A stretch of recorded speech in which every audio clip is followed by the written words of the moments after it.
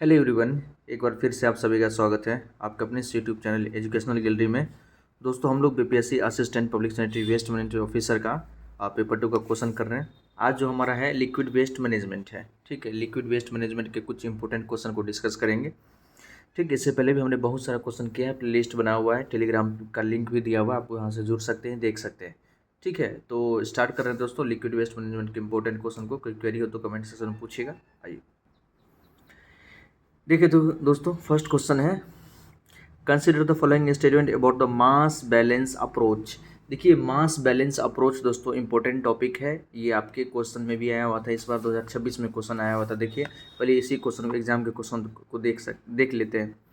A mass balance approach in environmental system is based on the principle. जो mass balance approach होता है environmental system में, वो किस प्रिंसिपल पे बेस्ड होता है?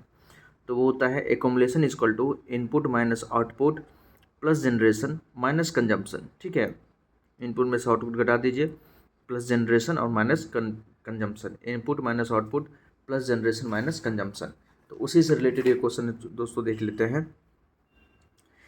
हमसे पूछ रहा है कि कौन सा स्टेटमेंट करेक्ट है। The general mass balance approach in क्या होता है? Accumulation is equal to inflow minus outflow plus generation minus decay. अभी देखा है दोस्तों, ये सही बात है बिल्कुल। इनफ्लो को इनपुट कह सकते हैं, आउटफ्लो को आउटपुट कह सकते हैं। जनरेशन ये क्या होता है हमारा? कंजम्पशन होता है एक प्रकार से। डी के बराबर कंजम्पशन, सही है। Mass balance is use only for liquid waste system, not for solid और गैसेज सिस्टम। ये गलत बात है। मास बैलेंस का उपयोग आप सब जगह कर सकते हैं। नहीं, हाँ, ये ऑप्शन जो है आपको दोस्तों गलत बात है। Not for solid gases system गलत बात, वही तो कहे सब जगह कर सकते हैं। At steady state the accumulation term in the mass balance equation become zero. बिल्कुल सही बात है। स्टेडी स्टेट पे जो एक्यूमुलेशन टर्म होता है मास बैलेंस अप्रोच में क्या होता है? जीरो हो जाता है। ठीक है, चलिए इसका कुछ आप देख लेते हैं सॉल्यूशन। तो 1 और 3 करेक्ट है, 2 गलत था। Statement 1 correctly represent the general mass balance equation which include generation and decay reactor alongside inflow not flow. Statement 3 भी करेक्ट है। Under steady state condition mass does not accumulate over time, so this term equals zero. Statement 2 incorrect है। Mass balance is a universal tool. जो mass balance होता है दोस्तों universal tool होता है, applicable to liquid solid and gases environmental system. सब के लिए, लिक्विड सॉलिड और gases environmental system, air pollutant modelling, landfill gas generation, सब के लिए एप्लीकेबल है। ठीक है, चलिए नेक्स्ट क्वेश्चन देखते हैं हम लोग दोस्तों। Consider the following statement about waste water types. Waste water types के बारे में पूछा है। फर्स्ट क्या है? Domestic waste water primarily consist contains organic matter and pathogen from human activities. बिल्कुल सही बात है। डोमेस्टिक वेस्ट वाटर में तो दोस्तों ह्यूमन एक्टिविटीज़ का तो वाटर होगा ही, ये सही बात है। इंडस्ट्रियल वेस्ट वाटर ऑलवेज है lower pollutant concentration than domestic. ये तो गलत बात है। इंडस्ट्रियल में तो पॉल्यूटेंट का कंसंट्रेशन ज़्यादा होना चाहिए दोस्तों, क्योंकि उसमें वेराइटीज ऑफ पॉल्यूटेंट होता है। दूसरा गलत है। म्यूनसिपल वेस्ट वाटर में include a mixture of domestic and permitted industrial discharge. सही बात है। म्यूनसिपल वेस्ट वाटर में आपका डोमेस्टिक के साथ साथ परमिटेड इंडस्ट्रियल डिस्चार्ज भी होगा, ये सही बात है। ठीक है, देखिए सॉल्यूशन दिया हुआ है। Domestic sewage is rich in organics and pathogen. Statement 3 incorrect है। Municipal system often combine both domestic and industrial input. Statement 2 incorrect है because industrial waste water strength varies widely and can be far more concentrated. ठीक है, वो ज़्यादा concentrated हो सकता है high BOD from a dairy और sugar industry than domestic sewage. Next है, industrial waste water treatment often require pre treatment before discharge into municipal sewer. बिल्कुल सही बात है। इंडस्ट्रियल वेस्ट वाटर को आप म्यूनसिपल सीवर में डालने से पहले उसको प्री ट्रीटमेंट करने की आवश्यकता है, ये सही स्टेटमेंट है। कारण क्या है? इंडस्ट्रियल इफ्लुएंट में कंटेन टॉक्सिक सब्सटेंस और extreme pH level that can disrupt biological treatment process at MSW treatment plant. बिल्कुल सही बात है। जो इंडस्ट्रियल इफ्लुएंट हो सकता है दोस्तों, उसमें कई प्रकार का टॉक्सिक सब्सटेंस हो सकता है या पीएच उसका बहुत ज़्यादा हो सकता है, जो कि आपके बायोलॉजिकल ट्रीटमेंट प्रोसेस को डिसरप्ट कर सकते हैं। ठीक है, वेस्ट वाटर ट्रीटमेंट प्लांट में। इसलिए दोनों स्टेटमेंट सही है, करेक्ट एक्सप्लेनेशन भी है। नेक्स्ट हमारा है, the mass balance approach can not be apply to environmental system where a chemical reaction occur. गलत बात है। मास बैलेंस अप्रोच को आप कब सब जगह, सॉलिड लिक्विड इन्वायरमेंटल सिस्टम सब जगह अप्लाई कर सकते हैं। पहला स्टेटमेंट ही गलत है। रीज़न क्या है? Mass balance equation only account for physical inflow and outflow of mass, not a chemical transformation. ये तो सही बात है। मास बैलेंस इक्वेशन जो होता है हमारा, उसमें सिर्फ और सिर्फ फिजिकल इनफ्लो होता है, और physical inflow and outflow of mass, not chemical transformation, कोई केमिकल ट्रांसफॉर्मेशन नहीं होता है। देखिए, assertion false है। Mass balance can be applied to reactive system by including a reaction generation decay term in the equation. क्या होता है, inflow minus outflow plus generation minus वो आपका डिकम्पोजिशन हो जाता है। The reason itself is also false as commonly stated, but since option D fits assertion false, region also it's essentially incorrect, but it's verified. Actually, the standard mass balance formulation explicitly include a reaction term, meaning are claiming that it only account for physical inflow outflow, it falls to our since option D, मतलब कह रहा है कि आपका option D भी correct incorrect है, लेकिन अगर यहाँ पर सही करने जाए तो, क्योंकि हमारा ऑप्शन ए फॉल्स है, तो फोर्थ ऑप्शन ही करेक्ट होगा। नेक्स्ट है, which of the following best define domestic waste water. Domestic waste water को सबसे बढ़िया कौन डिफाइन कर सकता है, तो waste water generated from residence including washing, bathing and toilet use, तो सही बात है। ठीक है, आराम से यहाँ देख सकते हैं आप। नेक्स्ट है, municipal waste water is best described as. Municipal waste water को कैसे डिस्क्राइब कर सकते हैं, एक combination of domestic waste water, industrial discharge. Municipal में तो दोनों आता है, ठीक है, डोमेस्टिक का भी रह सकता है, इंडस्ट्रियल डिस्चार्ज भी रह सकता है।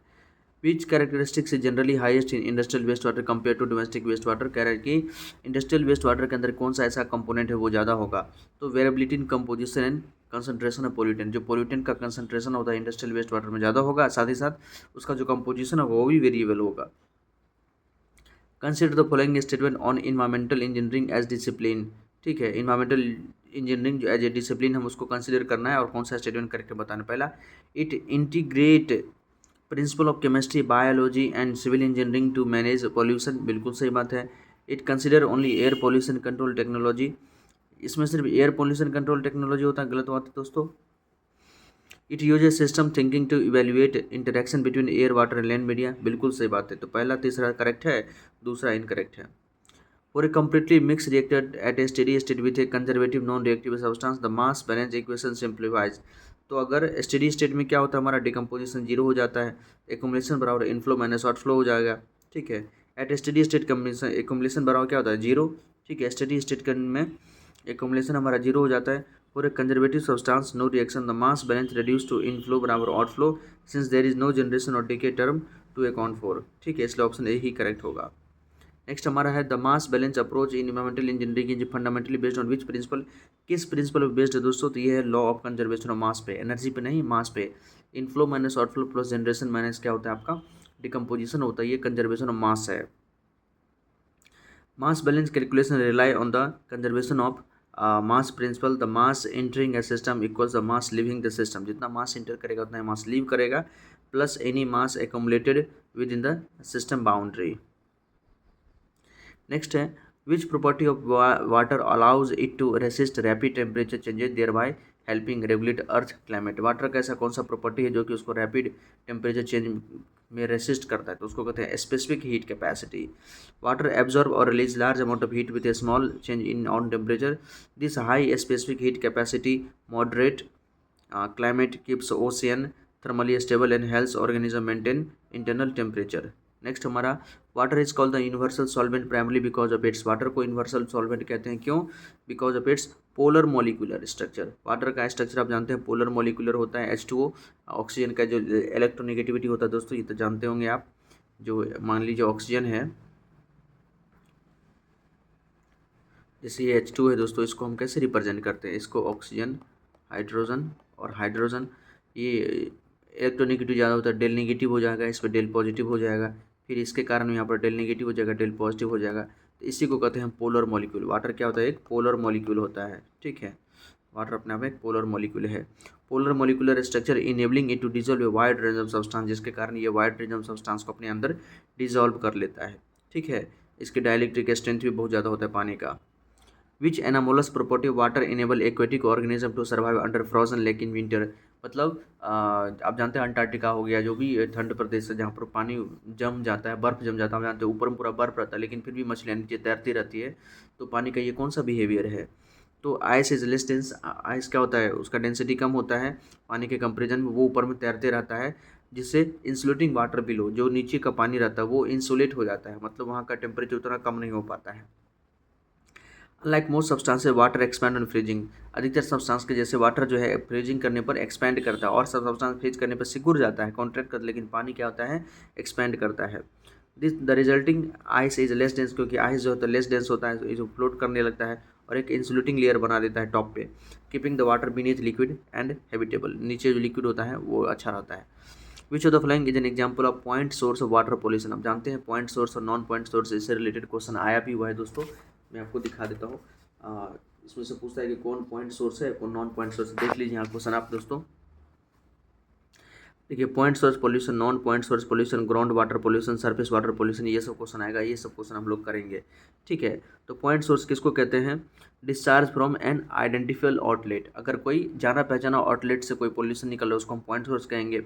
नॉन पॉइंट सोर्स किसको कहेंगे, diffuse run off from a large area, बहुत लार्ज एरिया से कोई रन ऑफ निकलता हो जो हमको पता नहीं चलता भाई स्पेसिफिकली कहाँ से निकल रहा है। Ground water pollution, contamination of aquifer and well, ground water तो यही होता है, एक्यूफर या वेल अगर हमारा कॉन्टामिनेट कर जाए उसको ग्राउंड वाटर पोल्यूशन कहेंगे। और सरफेस वाटर पोल्यूशन में आपका रिवर, लेक या रिजर्वायर वगैरह से पोल्यूट हो जाए उसको हम सरफेस वाटर पोल्यूशन कहेंगे। तो देखिए हमसे पूछा कि कौन एग्जाम्पल है पॉइंट सोर्स पोल्यूशन का, तो discharge pipe from industrial factory to river, कोई फैक्ट्री से अगर कोई डिस्चार्ज पाइप लगा के आप रिवर में डाल दे तो ऑब्वियसली वो पॉइंट सोर्स का ही पोल्यूशन है। फर्टिलाइजर में आप पता नहीं कर सकते कि किस खेत से हमारा जो है पोल्यूशन आ रहा है, ये नहीं पता कर सकते हैं। एटमॉस्फेरिक डिपोजिशन ऑफ पोल्यूटेंट, ये भी हो गया, एटमॉस्फेयर तो बहुत बड़ा हो गया दोस्तों, वहाँ से कहाँ पर कौन सा पोल्यूटेंट का कंसंट्रेशन कितना ज़्यादा है, ये अपने यहाँ पे नॉन पॉइंट सोर्स हो गया। Urban street run off during rain, ये भी नॉन पॉइंट सोर्स का एग्जाम्पल हो गया। A point source has a single identifiable origin, जो पॉइंट सोर्स होता है सिंगल आइडेंटिफाइबल ओरिजिन होता है, लाइक ए डिस्चार्ज पाइप और outflow from which pollutant enter a water body, making it easier to trace and regulate compare to diffuse non point sources. Next है ground water pollution tends to more persistent than surface water pollution mainly because, अभी देखे हैं ground water में क्या होता है हमारा aquifer polluted हो जाता है दोस्तों, तो ground water moves very slowly, ground water जो है बहुत स्लोली मूव करता है, limiting dilution and natural purification. Ground water flow slowly through aquifer, ground water जो है धीरे धीरे एक्यूफर के अंदर जाते रहता है। So pollutant are not diluted, pollutant diluted नहीं होता है हमारा, और flushed out quickly as they would be in flowing surface water, this makes contamination long lasting and difficult costly to remediate. Next हमारा है grey water in domestic waste water refer to waste water generated from, जो grey water कहाँ से निकलता है तो kitchen sink bathing और laundry से जो वाटर निकले उसको हम ग्रे वाटर कहते हैं। ठीक है, ब्लैक वाटर जो हमारे यूरिनल से निकले हैं। ब्लैक वाटर देख लीजिए, सीवेज फ्रॉम टॉयलेट, जो टॉयलेट से सीवेज निकलता है उसको हम ब्लैक वाटर कहते हैं दोस्तों। Black water is heavily contaminated with human waste and pathogen requiring proper sewage treatment before disposal और use, unlike grey water which is has lower contamination level. Next हमारा है excessive use of fertiliser in agriculture waste water commonly tends to which impact on water bodies, अगर fertiliser का बहुत ज़्यादा use कर दीजिएगा तो उसी को कहते हैं यूट्रोफिकेशन दोस्तों। Nitrogen phosphorus run off from fertiliser over in rich water bodies triggering excessive algal growth when algae die and decompose dissolved oxygen consumed harming aquatic life, जो उसी को हम क्या कहते हैं यूट्रोफिकेशन कहते हैं। नेक्स्ट हमारा water is essential for the survival of all life form of earth, ये तो बिल्कुल सही बात है, वाटर तो बहुत ज़्यादा जरूरी है। Water has a high specific heat capacity that regulate earth और क्लाइमेट, वाटर का स्पेसिफिक हीट बहुत ज़्यादा होता है, ये भी सही बात है, लेकिन वो दोनों स्टेटमेंट जो है कुछ अलग अलग बोल रहा है दोस्तों, वो कुछ और सर्वाइवल के लिए है और ये टेम्परेचर क्लाइमेट के चेंज के लिए है, तो दोनों अलग अलग है लेकिन दोनों सही है। तो बोथ असर्शन रीजन ट्रू है लेकिन रीजन करेक्ट एक्सप्लेनेशन नहीं है। ठीक है, बोथ स्टेटमेंट फैक्चुअली ट्रू है, ठीक है, लेकिन वो सही से एक्सप्लेन नहीं कर रहा है। नेक्स्ट क्वेश्चन हमारा है consider the following statement on the significance of water as a resource. ठीक है, वाटर एज ए रिसोर्स के बारे में हमको स्टेटमेंट कंसिडर करना है, कौन सा सही है। Water cover about 71% of Earth atmosphere, बिल्कुल सही बात है। Only about 2.5% of Earth total surface fresh water, ये भी सही बात है। The majority of earth fresh water easily accessible river and lakes, नहीं, जो majority of earth fresh water है वो लेक्स के अंदर थोड़ी है दोस्तों, या रिवर के अंदर थोड़ी है, वो कहाँ पर है आप जानते हैं, आइस के अंदर है। तीसरा स्टेटमेंट गलत है। वाटर स्कार्सिटी इफेक्ट बहुत डेवलपिंग एंड डेवलप कंट्री, ये तो बिल्कुल सही बात है, वाटर की कमी डेवलपिंग दोनों कंट्री को इफेक्ट करेगा, तो पहला दूसरा चौथा करेक्ट है और तीसरा गलत है। देखिए स्टेटमेंट 3 करेक्ट है। Most of earth fresh water, earth का जो अधिकतर फ्रेश वाटर है जो रफली 2/3 है, is locked up in glacier, वो कहाँ पर है, ग्लेशियर के अंदर है, आइस कैप में है, डीप ग्राउंड वाटर में है। Only a small fraction exist as a easily accessible surface water in lakes. ठीक है दोस्तों, यहाँ तक 20 क्वेश्चन हम किए हैं, इसमें और 30 क्वेश्चन बचा हुआ है, इसको हम नेक्स्ट वीडियो में कंप्लीट कर देंगे, या 25 तक कर लेते हैं, चलिए 25 तक कर लेते हैं, आधा आधा हो जाएगा। Industrial waste water is generally considered more hazardous than domestic waste water, बिल्कुल सही बात है, इंडस्ट्रियल वेस्ट वाटर तो ज़्यादा हैजार्डस होगा ही, क्योंकि वहाँ पर variable composition of the pollutant बहुत ज़्यादा होता है। इंडस्ट्रियल वेस्ट वाटर में कंटेन हैवी मेटल, बिल्कुल सही बात है, दोनों असर्शन रीजन सही है और करेक्ट एक्सप्लेनेशन भी है। नेक्स्ट है कंसिडर करना following about agriculture waste water, it contain residue of fertiliser, ये सही बात है। इट कंट्रीब्यूट टू नाइट्रेट, ये भी सही बात है। It has no significant role in the eutrophication, ये गलत बात है दोस्तों। Irrigation return flow can increase salinity in soil, ये भी सही बात है। तीसरा छोड़ के सब सही है, 1 to 4 करेक्ट है, आसान है, आप देख सकते हैं। Surface water pollution is generally easier to detect and monitor than ground water, हाँ बिल्कुल सही बात है, सरफेस वाटर को आप आसानी से मॉनिटर कर सकते हैं। Surface water bodies are visible accessible and can be regularly sampled, बिल्कुल सही बात है। वो क्या होता है हमारा, विजिबल होता है, एक्सेसिबल होता है, ग्राउंड वाटर को आप आसानी से एक्सेस नहीं कर सकते हैं। तो सर्सन रीजन दोनों सही है, करेक्ट एक्सप्लेनेशन भी है। Consider the following statement about ground water pollution, ground water pollution के बारे में कुछ स्टेटमेंट दिया हुआ देखिए। Ground water is vulnerable to contamination from pesticide through leaching, बिल्कुल सही बात है दोस्तों।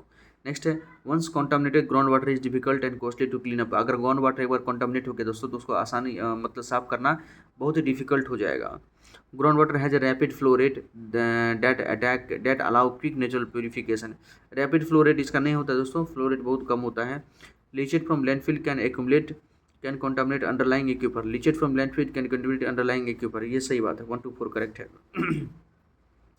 स्टेटमेंट 3 इनकरेक्ट है। Ground water move very slowly, ground water जो बहुत धीरे धीरे स्लो मूव करता है unlike surface water, so it does not undergo rapid natural purification, इससे रैपिड नेचुरल प्यूरिफिकेशन के अंदर नहीं जाएगा। This slow movement is are exactly why contamination persist for long period as it occur.